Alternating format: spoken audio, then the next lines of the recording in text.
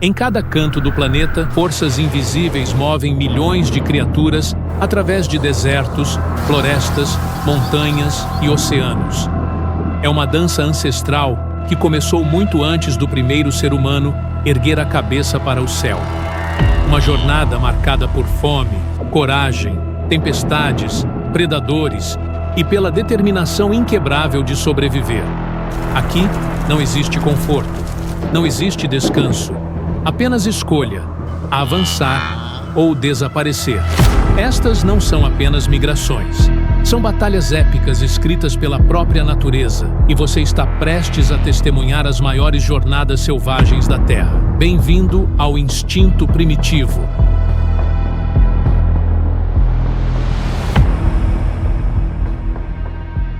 Em algum lugar do leste da África, onde o horizonte parece infinito e o céu toca a terra, existe um espetáculo que se repete há milhares de anos.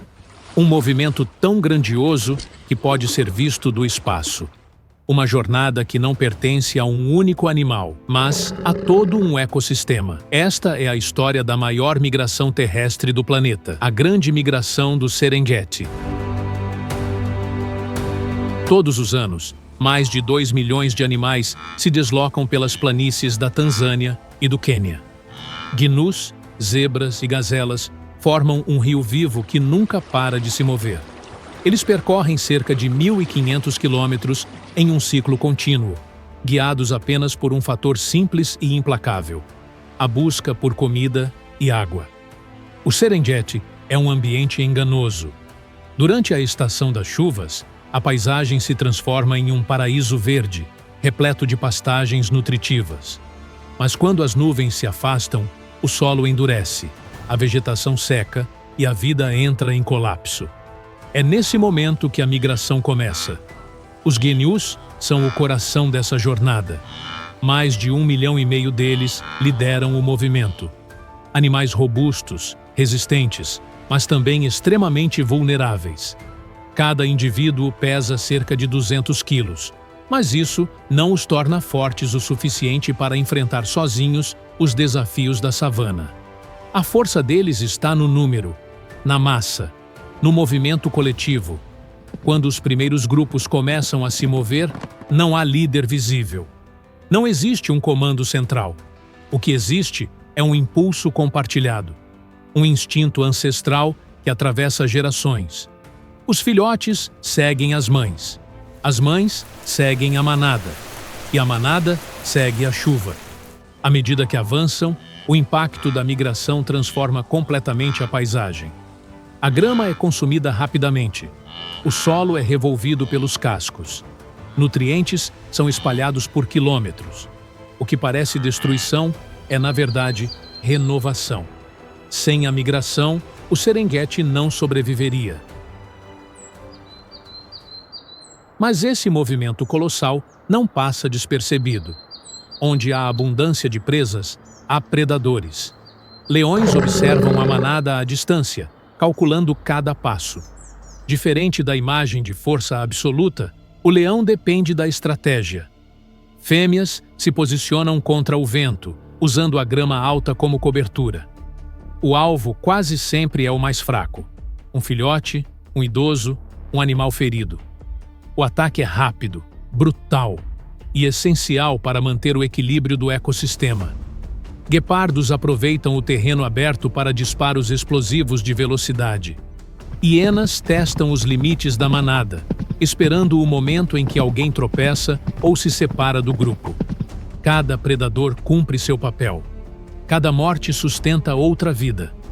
Mesmo assim, a migração não desacelera. Para cada Gnu que cai, centenas seguem em frente. A jornada não espera. Com o avanço das semanas, o maior obstáculo da rota começa a se aproximar. Um desafio que separa os sobreviventes dos mortos: o rio Mara. À primeira vista, o rio parece apenas uma faixa de água barrenta cortando a savana. Mas, sob sua superfície, se esconde um dos predadores mais antigos do planeta: o crocodilo do Nilo. Alguns deles ultrapassam 5 metros de comprimento. Animais que evoluíram para esperar, para economizar energia, para atacar no momento exato. Quando a manada chega à margem do rio, o movimento para. Milhares de gnus se acumulam, formando uma massa nervosa. O medo é visível. Eles sentem o perigo, mas não sabem exatamente onde ele está. O silêncio se instala por segundos, às vezes por horas. Então, um único gnu toma a decisão. O salto quebra o equilíbrio. Em instantes, milhares seguem o mesmo caminho. O que era hesitação vira pânico. O rio se transforma em um turbilhão de corpos, lama, água e desespero. Crocodilos atacam com violência explosiva. Mandíbulas se fecham em frações de segundo. Alguns gnus são arrastados para o fundo. Outros conseguem escapar, mas são empurrados pela própria manada. Animais caem, são pisoteados, afogados. A travessia é caótica, imprevisível e mortal. Mas, surpreendentemente, a maioria consegue atravessar. Os que alcançam a outra margem enfrentam mais um desafio. A subida é íngreme, escorregadia, marcada por corpos e lama. Mesmo exaustos, eles lutam para sair da água, porque parar significa morrer. Quando finalmente alcançam a planície do outro lado, algo muda. A vegetação é mais verde. A grama é mais alta. As chuvas recentes transformaram o Masai Mara em um refúgio temporário. Aqui, os sobreviventes encontram alimento e uma breve sensação de segurança. Filhotes que escaparam da travessia se reagrupam com as mães. O ecossistema respira novamente. Mas a migração não é uma linha reta. É um ciclo. Com o passar dos meses, as chuvas se deslocam outra vez. A grama começa a desaparecer. E o mesmo instinto que trouxe a manada até aqui agora exige movimento novamente. O retorno começa. Novos rios serão cruzados. Novos predadores enfrentarão a massa em movimento.